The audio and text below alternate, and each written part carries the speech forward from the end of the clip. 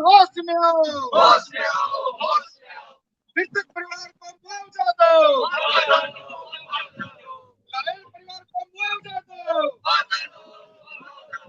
कृष्ण, आप देख रहे हैं झुनूर टाइम्स। आज बात करेंगे एक दर्दनाक सड़क हादसे की, जिसमें एक व्यक्ति की मौत हो गई और 4 लोग गंभीर घायल हैं। इस वक्त झुंझुनू के बीडी के अस्पताल से हम लाइव आपको पहले लेकर चलेंगे, जहां परिजन विरोध प्रदर्शन कर रहे हैं। हमारे साथ कैलाश नाथ महाराज सारी वो भी जुड़े हुए हैं, साथ ही हमारे जो वरिष्ठ पत्रकार हैं वीरेंद्र जी राठौड़ वो भी हमारे साथ जुड़े हुए हैं। पहले चलते हैं कैलाश जी के पास, जो बीडी के अस्पताल से लाइव जुड़ रहे हैं। कैलाश जी, किस बात को लेकर आप लोगों का विरोध है? सबसे पहले आपको नमस्कार सर। मैं आपके चैनल के माध्यम से बताना चाहता हूं, कल ये जो अंसासरी पंचायत के गांव की जो घटना अंसासरी की, चूरू से 5 आदमी थे, ईंटें लेकर के यहाँ आए थे। वो खाली करके जब वापस जा रहे थे, तब अचानक 11,000 की लाइन है, उसमें से वो जो ट्रक के ऊपर पड़ती है या टच होती है, करंट लगने से एक की दर्दनाक मौत हो जाती है, एक का यहाँ हॉस्पिटल में इलाज जारी है। उन 4 लोगों ने कूद के अपनी जान बचाई थी। आज सर हम लोग यहाँ बैठे हैं सुबह 11 बजे से मोर्चरी के आगे। प्रशासन ने अभी तक हमारी कोई सुनवाई नहीं की है सर। अभी तक आपको मैं बता दूं, जब 4:15 होने वाले हैं, FIR तक दर्ज नहीं की है सर। FIR दर्ज नहीं हुई अभी तक हमारी। और हमारी जो मुख्य मांग है, जो मृतक था लालचंद रगर चूरू से, उनके 1 करोड़ का मुआवजा दिया जाए और जो भी दोषी व्यक्ति उनके खिलाफ कार्रवाई की जाए। इसके अलावा जो घायल है, उसका जो इलाज चल रहा है, उसको भी उचित मुआवजा दिया जाए, एक नौकरी दी जाए। ये जो मुख्य मांगे उनको लेकर के चूरू से, रैगर समाज से बहुत से लोग यहाँ बैठे हैं एक जाजम पर आकर के। इनके मुख्य मांग यही है कि तुरंत प्रभाव से न्याय हो। जब तक न्याय नहीं होगा, तब तक ये लोग यहाँ से डेड बॉडी नहीं ले जाएंगे। मैं आपको मृतक के परिवार से बात कराने की कोशिश करता हूँ।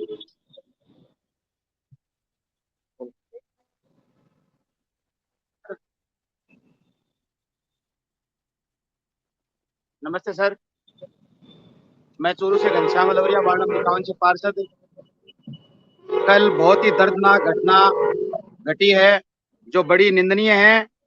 बिजली विभाग कई वर्षों से, ये चारणवासी गांव है, उस पर 11,000 वोल्टेज की लाइनें हैं, जो प्रोटोकॉल के अनुसार नहीं डाली गई है। वर्षों से वो तारे नीचे झूल रही है। ग्रामीणवासी कई बार इसकी शिकायत दर्ज कर चुके हैं, लेकिन प्रशासन और बिजली विभाग जब चेतता है, उनकी आंखें तब खुलती है जब कोई हादसा घट जाता है। कल ये दर्दनाक मौत हुई है। एक आदमी कहीं कैसे कैसे अपनी जान बचाई है, अन्य 3 लोगों ने भी कूद कर जान बचाई है। एक आदमी ऑन द स्पॉट खत्म हो गया, एक अपनी जिंदगी और मौत की लड़ाई लड़ रहा है। आज हम अपनी मुख्य मांग ये है, जो लालचंद है उसके परिवार को 1 करोड़ की आर्थिक सहायता, एक उसके परिवार के किसी सक्षम सदस्य को सरकारी नौकरी, और जो घायल है सुभाष, उसको 10 लाख का मुआवजा दे। लेकिन इतनी विडंबना देखिए प्रशासन की, अब तक सुबह से लेकर 11 बजे परिवार हाथ में पुलिस के थमा दिया, उसके बावजूद भी 4 बजने को आ गए, FIR तक लॉन्च नहीं की। इससे सीधा ये नजर आता है, दलितों की, ऐसी समाज की इस सरकार के कोई चिंता नहीं है। मतलब SC के लोगों को कीड़ी मकोड़ों की तरह, जानवरों की तरह लोग समझते हैं कि मर गया तो क्या है, कुत्ते की भांति फेंक देंगे, लेकिन ऐसा नहीं चाहे होने देंगे हम। आज हम 50 है, कल 500 हो जाएंगे, परसों यहाँ पर हजारों की भीड़ हो जाएगी। नाक में दम कर देंगे हम, जब तक हमारी मांगे पूरी नहीं होगी। हम ईंट से ईंट बजा देंगे सरकार की। जय हिंद, जय भारत। जिला प्रशासन होश में आओ, होश में आओ, होश में आओ। जिला प्रशासन होश में आओ, होश में आओ, होश में आओ। हमारी मांगे पूरी करो, पूरी करो। हमारी मांगे पूरी करो, पूरी करो, पूरी करो। और देखा भाई साहब आपने किस तरह लोगों में आक्रोश है। और सबसे मुख्य जो बात यहाँ देखी जा रही है, क्या जो मृतक है लालचंद, उसके मरने के बाद बिजली विभाग है वो चेता है। सुबह वो लोग पोल वगैरह लेकर के इस लाइन को ऊंचा करने गए हैं, यहाँ पे सरपंच साहिब आज थोड़ी देर पहले हमारे पास थी, उन्होंने उस लाइनमैन को ग्रामीणों ने रोका कि जो मृतक मरा उसको पहले न्याय मिले दो, उसके बाद आप ऊंची करना। और जो हमारे यहाँ कैलाश जी, प्रशासन भी पहुंचा था आज। कैलाश जी आपकी बात सरपंच जी जो यहाँ पर पहुंचे थे उनसे भी आपकी बात हुई थी। क्या कहना था उनका कि कितने लंबे समय से ये मांग चल रही है, और लगभग बताया जा रहा है कि 30 साल से वहां के लोग मांग कर रहे हैं। 30 साल गुजर चुके हैं, उस समस्या का समाधान नहीं किया गया। लेकिन जब एक हादसा होता है, उस हादसे के बाद प्रशासन जग जाता है और तुरंत वहां पर 24 घंटे भी नहीं बीतते हैं, घटना स्थल पर पहुंचकर खंबे और भी उस लाइन को ऊंची करने की कोशिश कर दी जाती है। तो आप क्या समझते हैं, 30 साल का इंतजार, एक हादसा और समस्या का समाधान, क्या यही सिस्टम रह गया है सरकार का और इस सरकारी सिस्टम का? हाँ सर, मैं खुद सोच रहा हूँ।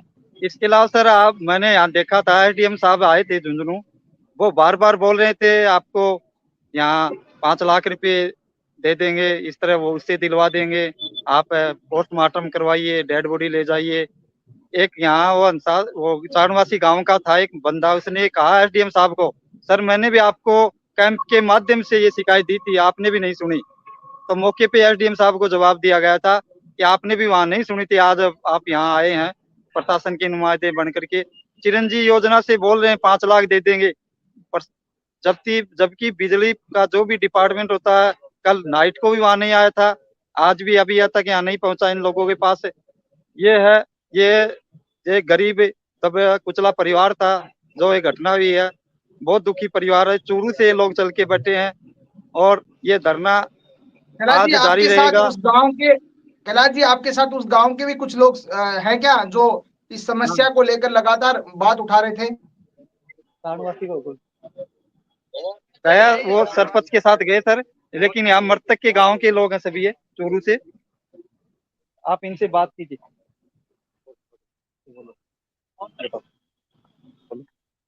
जानवासी का तो जो अब गया अभी इंतजार करके, और मैं चूरू का निवासी हाँ, मारो छोटो भाई हो, और मानना इंसाफ मिलना चाहिए, न्याय मिलना चाहिए। इस सरकार को जुल्म में कोनी सेवांगा, हर तरीका से ये जुल्म करती है ये एससी एसटी आर पे, और अब ईंट से ईंट बजावांगा। जो भी हो, सरकार आपको जोर लगा लेगी, मारो जोर होगा तो मैं जोर लगा लेगा। कैलाश जय जी हिंद, जय ऐसा भारत। कोई शख्स आपके साथ है जो उस गांव का हो और जिन्होंने ये मांग रखी हो प्रशासन के समक्ष, ऐसा कोई आदमी आपके यहाँ पर मौजूद है? ये मृतक का सर सागी भाई था, ये इन्होंने परिवार दिया। परिवार के बारे में बताओ आप, पुलिस को कितने बजे दिया? 11, 11:30 बजे। 11:30 बजे इन्होंने परिवार दिया था सर। ये मृतक का भाई है सागी, इनकी 11:30 जी बजे दिया। आपने अभी तक वीरेंद्र कोई जी आपने सुनवाई नहीं है, कोई एफआईआर नहीं है। जी, मैं वीरेंद्र जी से जानना चाहूंगा। वीरेंद्र जी आपका स्वागत है। क्या लगता है, जिस तरीके से परिजनों की बात आपने सुनी है, प्रशासन कहा जा रहा है कि पिछले 30 साल से, काफी लंबे समय होता है 30 साल से उस लाइन को सही करवाने की मांग की जा रही थी। आज जो एडीएम पहुंचे हैं, उनसे भी, एसडीएम पहुंचे, उनसे भी ये मांग की गई थी, जन सुनवाई में भी ये मांग रखी गई थी। अब हादसा होता है तो प्रशासन के पास संसाधन उपलब्ध हो जाते हैं और आनन फानन में जाकर उस, कहा जा सकता है कि उस लापरवाही को छुपाने की प्रशासन कोशिश करता है। वीरेंद्र जी क्या कहेंगे पूरे मामले को लेकर आप? क्या प्रशासन को कोई बड़े हादसे का इंतजार रहता है, उसी के बाद प्रशासन जगता है? ये आपकी बात जो है, ये कहीं ना कहीं इसलिए स्टिक बैठती है कि जिस तरीके से ये हादसा हुआ है, ये अपने आप में एक दर्दनाक हादसा है, और लापरवाही जो रही है वो बिजली विभाग के अधिकारियों की रही है। सरकार के सख्त आदेश हैं कि जहां भी लाइन ढीली है उस लाइन को आप ऊंचा करो, और जो रास्ते के, विशेष करके जो चलन के जो रास्ते हैं, उन रास्तों के ऊपर जितनी भी लाइनें खींची गई हैं उनको तुरंत प्रभाव से ठीक किया जाए। लेकिन साहब आपके झुंझुनू में क्या व्यवस्था है, ये अभी ये बता रहे हैं कि हम सुबह से धरने पे बैठे हैं। ये डिस्ट्रिक्ट हेडक्वार्टर है, और ये डिस्ट्रिक्ट हेडक्वार्टर का सबसे बड़ा अस्पताल है। यहाँ सबसे बड़ा जो अपने आप में एक पावर अथॉरिटी है जिला कलेक्टर, वो यहाँ पे बैठते हैं और उन्होंने अपने अधीनस्थ अधिकारी एसडीएम को यहाँ भेजा है। तो लेकिन एसडीएम साहब को जो रिपोर्ट है वो अपने अधिकारी को बतानी चाहिए कि साहब लोगों में एक आक्रोश है और आपको स्वयं जाकर के उस परिवार से बात करनी चाहिए, क्योंकि एक आदमी खत्म हुआ है, 3-4 व्यक्ति जो हैं वो इसमें घायल हैं, 2-4 व्यक्ति जो हैं उन्होंने जान बचाई है। तो ये अपने आप में एक बड़ा हादसा है और इसकी जितनी भर्त्सना की जाए, कड़े शब्दों में जितनी निंदा की जाए उतनी की जाए। हम तो सरकार से स्वयं ये मांग करते हैं कि ऐसे लोगों के ख्याल जितने भी इस डिपार्टमेंट के अधिकारी हैं, अब देखिए कि यहाँ एससी बैठता है, एक्शन बैठता है, आईएन है, जईएन है, तमाम इस तरह के अधिकारी हैं, तो उनके ऊपर भी जो है साहब इस तरह अगर हादसे होते हैं तो उनकी जवाबदेही बनती है। अगर वो इन हादसों को रोकने पाने में अपने डिपार्टमेंट का काम करने के प्रति अगर लापरवाही बरतते हैं तो उनके खिलाफ भी जो है एक्शन होना चाहिए और कानून की धारा में अगर किस तरह का कोई आरोप बनता है तो उन लोगों के खिलाफ भी कार्रवाई होनी चाहिए, मुकदमे होने चाहिए उन लोगों के खिलाफ, क्योंकि उनको मालूम है कि साहब लाइनें जो हैं वो ढीली पड़ी हैं, लोगों का आवागमन रहता है, खेतों के जो लोग हैं वो अपने गांव में आते हैं, चलनी रास्ता जो है उसमें ट्रक गाड़ियां अपने संसाधन आते जाते रहते हैं। अब ऐसे स्थिति के अंदर अब त्योहार का माहौल है, दीपावली जैसे त्योहार पे भी अगर बिजली मेंटेनेंस का कार्य नहीं हो रहा है तो ये विद्युत विभाग की एक बड़ी लापरवाही है। और लापरवाही भी इतनी बड़ी लापरवाही है कि एक व्यक्ति की जान चली गई साहब, तो ये क्यों अपने आप में उस परिवार के सामने तो दुख का पहाड़ टूट पड़ा। अब जो अधिकारी हैं वो तो अपने दफ्तरों के अंदर बैठे हैं, अपने अधीनस्थ अधिकारियों को आदेश देते हैं। एक मानवता की बात ये होती है कि साहब हादसा हो जाता है लेकिन उस परिवार को संतुष्टि कैसे मिले, उस परिवार के बीच में जाकर के बैठना चाहिए कि देखिए हम जितना प्रयास करेंगे उतना करेंगे, लेकिन एक समझाइश की वार्ता होनी चाहिए। लेकिन यहाँ का जो प्रशासन पता नहीं क्यों इस तरह का नकारापन कर रहा है, क्यों अपने अधिकारियों को बचाने के लिए जो है बैक हो रहा है, ये एक दुर्भाग्य की बात है। वीरेंद्र जी, आपको क्या लगता है कि जैसे आपने दीपावली की बात की, रख रखाव के नाम पर बिजली कटौती भी की जाती है, रख रखाव की बात हर साल होती है, दीपावली के पास ये अभियान भी चलाया जाता है बिजली विभाग के द्वारा। ग्रामीणों का जो आरोप है कि पिछले 30 साल से वो मांग कर रहे हैं, तो पिछले 30 साल में ऐसा कोई अधिकारी नहीं आया जो उनकी मांग को सुन सके। हर अधिकारी पिछले 30 साल से जैसे आरोप है तो उनकी मांग को ही अनसुना करता रहा। आज एक बड़ा हादसा हो गया है, तब आपका पूरा सिस्टम वहां पर मौजूद है, पूरा सिस्टम वहां पर पहुंच गया है और उस लापरवाही को छुपाने की कोशिश की जा रही है। क्या आपको नहीं लगता कि इस मामले में बड़ा एक्शन होना चाहिए उन क्योंकि देखिए प्रशासन के नजर में लापरवाही की जो कीमत है वो एक मौत नजर आ रही है। जैसे ही कोई हादसा हुआ है तो प्रशासन को वो समस्या दिखने लगी है। 30 साल से जो ग्रामीण उस मांग को रख रहे हैं तब उनको वो समस्या नजर नहीं आ रही थी। हो सकता है कि उनको इंतजार हो कोई बड़ा हादसा हो। यही वीरेंद्र जी सबसे क्या बड़ी कहेंगे? बात है। जी ये बात जो है आप ठीक कह रहे हैं, क्योंकि उन या तो वो हादसों को निमंत्रण देने के लिए ये जो ढीले तार जो हैं ये जानबूझ करके उन्होंने छोड़ रखे हैं। नहीं तो साहब 30-30 साल एक लंबा समय का आप जिक्र कर रहे हैं और वहां के सरपंच बता रहे हैं, ये पीड़ित परिवार बता रहे हैं, सब सामाजिक लोग हैं, जी। ये समाज के जो है वरिष्ठ लोग हैं, ये सरपंच अपनी का खास तौर पे दास्ता खुद आरोप है ये। सरपंच का आरोप है खुद कि 30 साल से वो इस समस्या से जूझ रहे हैं। एक सरपंच कह रहा है, एक जनप्रतिनिधि कह रहा है ये बात।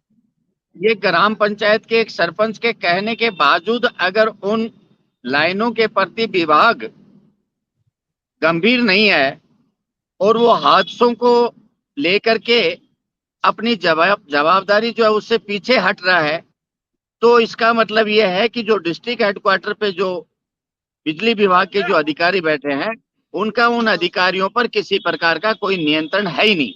अगर नियंत्रण होता तो ये हादसा होते ही सबसे पहले उन अधिकारियों पे कार्रवाई करनी चाहिए थी जिनके की जवाबदारी और लापरवाही के कारण जो है ये हादसे हुए हैं। तो अभी विभाग जो है उसका तो ये साफ रवैया जो है सामने आ रहा है। अब वो 30 साल लंबे टाइम तक तो जो है आंख मूंद करके बैठे रहे और आज ये घटना हो गई तो वो अपने सारे अधिकारियों को भी लगा रखा है, कर्मचारियों को भी लगा रखा है और उस लाइन को ठीक करने के लिए भी। तो ये एक बात आप सही कह रहे हैं कि साहब हादसा होने के बाद में जो है सिस्टम में जो है थोड़ी सी वो क्या है कि उसके ऊपर जो है वो थोड़ा सा विचार करता है। बाकी तो देखो हर कुएं के अंदर भांग पड़ी है। ये जब तक जनता जागरूक नहीं होगी तब तक इन अधिकारियों का और कर्मचारियों का जो है आम लोगों के प्रति यही एक नकारात्मक सोच रहेगी। और यही मतलब इस तरह का जो काम है, इस तरह का ये अभियान जो है ना, ये रुकने वाला नहीं है। इन लोगों के खिलाफ सरकार के सख्त वीरेंद्र आदेश जी, हैं कि साहब जहां भी वीरेंद्र अगर जी, वीरेंद्र जी, आपको याद हो जयपुर में या आसपास के राजस्थान में कहीं बिजली बिजली को लेकर एक बड़ा मामला भी सामने आया था जिसमें कई लोगों की मौत हुई थी। उस समय विभाग इतना अलर्ट हो गया था कि जगह जगह जाकर जांच की गई थी। जगह जगह ये पूरा एक माहौल बना था। उस समय भी हादसा हुआ था, माहौल बना था। इस समय अभी ये हादसा हुआ है तो अब कुछ दिनों के लिए हम कह सकते हैं कि प्रशासन बहुत अलर्ट नजर आएगा। थोड़ी सी भी इस मामले में कोई शिकायत होगी तो 2-4 दिन 10 दिन के लिए वो काफी अलर्ट दिखेगा। उसके बाद कुंभकर्ण नींद में सो जाएगा। तो ये जो सिस्टम चला आ रहा है, ये सिस्टम में कभी बदलाव होने वाला नहीं है क्या वीरेंद्र जी इसमें? क्योंकि जयपुर में राजस्थान में एक घटना हुई थी जिसमें कई लोगों की मौत हुई थी उस हादसे में। उसके बाद आदेश भी जारी किए गए थे कि ऐसे ऐसी घटना दोबारा नहीं हो। जहां भी ऐसी समस्या है वहां पर बिजली विभाग तुरंत कार्रवाई करे। और विभाग को जब भी शिकायत मिलती थी तुरंत कार्रवाई भी हुई थी। लेकिन उसके बाद ये हादसा होना, कहीं न कहीं वो हादसे से सबक कहीं न कहीं बिजली विभाग ने नहीं लिया है वीरेंद्र जी। ये जो बात आप बता रहे हैं ये बिल्कुल सही है। देखिए राजस्थान की जो सरकार है उसका ये सख्त आदेश है कि किसी भी क्षेत्र के अंदर अगर कोई भी करंट से संबंधित अगर कोई समस्या होती है तो उसके लिए विभाग की जवाबदेही होगी। आपके झुंझुनू में मंत्री जी जो हैं वो 3-4 बार दौरा कर चुके हैं। उन्होंने आपके इसके जिला मुख्यालय के जो बड़े अधिकारी हैं विद्युत विभाग के, उनको उन्होंने डायरेक्ट रूप से ये कह दिया था कि मैं लापरवाही बर्दाश्त नहीं करूंगा। आप लोग अगर काम नहीं करेंगे तो मैं कार्रवाई करूंगा। अब ये जो इस तरह की जो घटनाएं होती हैं, इस तरह की जो लापरवाही बरती जाती है, ये साहब एक डिस्ट्रिक्ट हेडक्वार्टर पे बैठे हुए अधिकारी के बहुत बड़ी लापरवाही सामने है, क्योंकि उनका नियंत्रण नहीं है साहब कर्मचारियों पे। अब जित अब अगर वो चाहते, अब ये बात जो है ये मीडिया ट्रायल हो गई, ये बात हमारे जयपुर में भी आ गई और ये कल अखबारों में जो है डेडलाइन की एक खबर बनेगी कि साहब 30 साल एक लंबे समय के बावजूद उस गांव की जो विद्युत लाइन है वो ठीक नहीं की गई और एक हादसा होने के बाद में पूरा सिस्टम अलर्ट हो जाता है। तो ये सरकार से भी एक बड़ा सवाल है और विभाग से भी एक बड़ा सवाल है। वीरेंद्र जी, मामला सिर्फ ये नहीं है। इससे पहले भी राजेंद्र गुड्डा इस बिजली विभाग के खिलाफ आंदोलन करते रहे हैं। राजेंद्र गुड्डा का भी ये मामला था कि कोई बिजली के करंट से खच्चर खत्म हुआ था। तो ये नहीं कहा जा सकता कि ये पहला ऐसा मामला है। हो सकता है पहले जानवर चपेट में आकर मरे हों, उससे कोई विभाग कहीं तौर पर सबक लेता हुआ दिखाई नहीं दिया। आज तभी इतना बड़ा हादसा हुआ है। इससे पहले भी बिजली विभाग की लापरवाही से घटनाएं हुई है। राजेंद्र गुड्डा जो है वो उसके लिए आंदोलन भी किया है, सड़कों पर भी आए, लेकिन बिजली विभाग को कहीं लगता नहीं है कि उन्होंने सबक लिया हो। आज इसी कारण ये बड़ी घटना हुई है। सही बात है ये। देखिए एक जनप्रतिनिधि का काम होता है ऐसा, वो जनता का चुना हुआ व्यक्ति होता है और जनता की समस्या के प्रति जो है उसको अलर्ट रहना ये उसकी जवाबदेही बनती है। वो चाहे राजेंद्र सिंह जी गुड्डा हो चाहे दूसरे नेता हो। मैं जिक्र इस बात का करना चाहूंगा कि पीड़ित परिवार ने जो बताया है कि साहब हम सुबह से यहाँ बैठे हैं और पुलिस को हमने एक लिखित परिवाद दिया है। अब देखिए पुलिस ही मुकदमा दर्ज नहीं कर रही है। पुलिस की क्या दिक्कत है साहब? अगर लापरवाही डिपार्टमेंट के अधिकारियों की रही है तो उनके खिलाफ एफआईआर करने में पुलिस को कहाँ समस्या आ रही है? लेकिन कहीं ना कहीं इनडायरेक्टली जो है उनको ये आदेश दिया गया है कि हम एक बार समझाइश वार्ता कर रहे हैं। अब समझाइश तो वार्ता कब वीरेंद्र होगी? जी ये घटना कल की है। तो वीरेंद्र जी, बिजली विभाग के जैसे खंभा अगर कोई गाड़ी से टूट जाता है तो पुलिस विभाग तुरंत एफआईआर कर देता है। अब बिजली विभाग की लापरवाही से इतनी बड़ी घटना हुई है तो पुलिस विभाग को एफआईआर दर्ज करने में क्या दिक्कत आ रही है? तभी भी तो दर्ज होती है। नियम है ये नियम है कि किसी भी अगर लापरवाही के चलते किसी भी गवर्नमेंट की एजेंसी, विद्युत विभाग जो है वो सब सरकार की एजेंसी है, और वहां उनकी लापरवाही से अगर कोई लाइन जो है वो ढीली पड़ी है या कोई ट्रांसफार्मर का जो तार खुला पड़ा है, तो यहाँ क्या है कि डिपार्टमेंट की एक जवाबदारी होती है।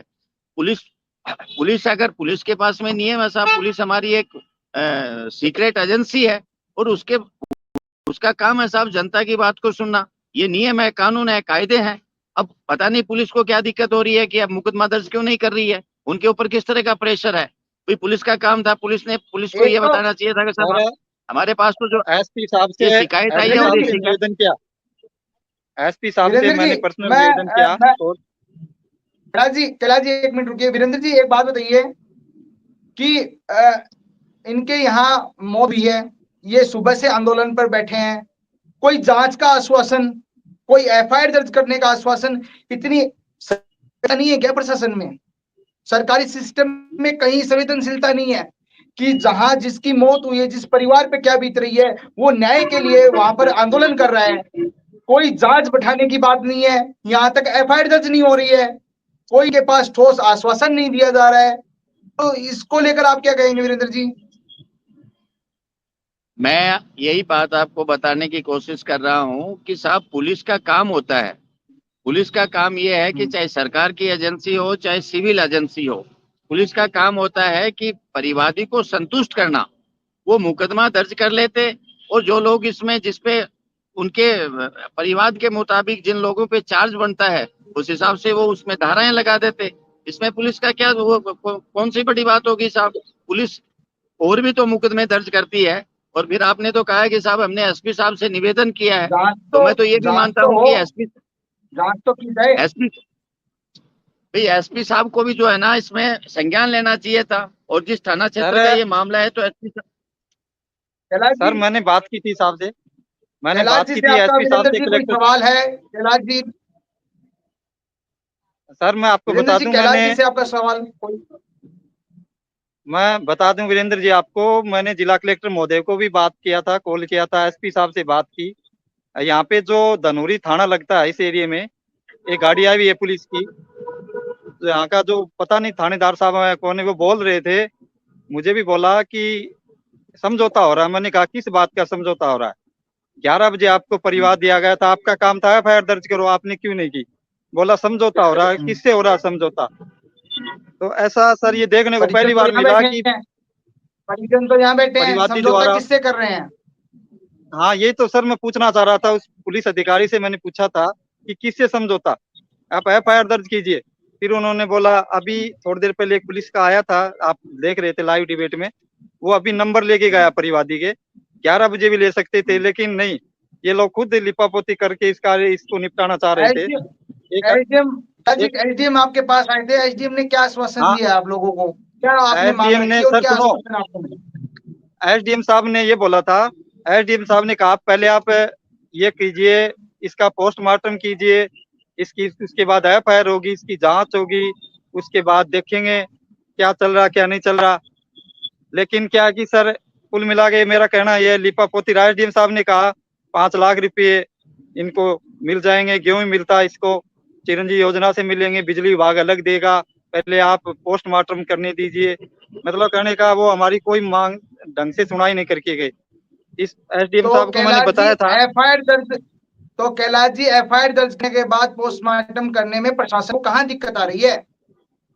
यही तो सर मैं पूछा था, मैंने कहा था थोड़ा सही मामले में वैसा हुआ था, थोड़ा सही वाले में मामले में पुलिस बोल रही थी आप पहले पोस्टमार्टम करवा लो, हम एफआईआर कर लेंगे। यहाँ भी यही हो रहा है, पहले पोस्टमार्टम करवा लो, एफआईआर ऑनलाइन होती है, बाद में करते रहेंगे, आप डेड बॉडी ले जाइए, अंधेरा हो रहा है, ये हो रहा है, आज दाग नहीं लगेगा। कहीं ना कहीं लिपा पोती में लगे थे। हमने कह दिया आज ये धरना जारी रहेगा, कल भी रहेगा, तो जब तक नेचुरल डेथ हमारी तो है मांगे ही नहीं नहीं मान है जाती। कैलाश जी, नेचुरल डेथ तो है ही नहीं। लापरवाही नेचुरल से नहीं है सर। मौत हुई है तो प्रशासन को इतना तो समझना पड़ेगा ना कि परिजन अपनी मांग तो रखना। कोई कोई ऐसा थोड़ी है कि भी नेचुरल डेथ है और आप लोग बिना बात के यहाँ धरने पर बैठे हैं। आप लोगों की मांग है, आपकी लापरवाही से आपने अपने परिवार का सदस्य खोया है, तो आपकी मांग है, उन मांगों को तो सुना जाए ना। सर मैं तो देख रहा हूँ, मैं ये बोल रहा हूँ कि ऐसा हमारे समाज के साथ ही होता है।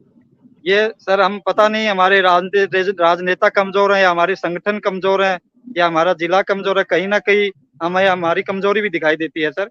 ये चलिए, धरना आपने या फिर आपने आपने समाज की और किए, तो ये बता दीजिए कि सुबह से आपके पास, क्योंकि आप तो वोट बैंक हैं, आपको तो दलित वोट बैंक माना जाता है, तो आपके पास कौन सा दलित नेता आ गया? जो नहीं आपके जो कोई दलित नेता है वो बोलते हैं कि हम तो दलित नेता हैं, कोई आया है क्या आपके पास?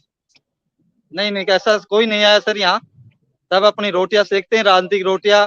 एक एक कहूँ तो ये जो दो बड़े दल हैं उनके गुलाम होते हैं सर। हमारे नेता कोई कुछ काम नहीं करते हैं। जब ऐसी बात आती है तो वो नेता भी दूर हो जाते हैं, कहने को वो दलित नेता है। जी वीरेंद्र जी, क्या सर कहेंगे इस मैं बारे में? सुनो, दलित नेता बनने की कोशिश करते हैं दलितों के वोट पाने के लिए, लेकिन जब दलितों पर बात आती है तब वो नजर नहीं आते।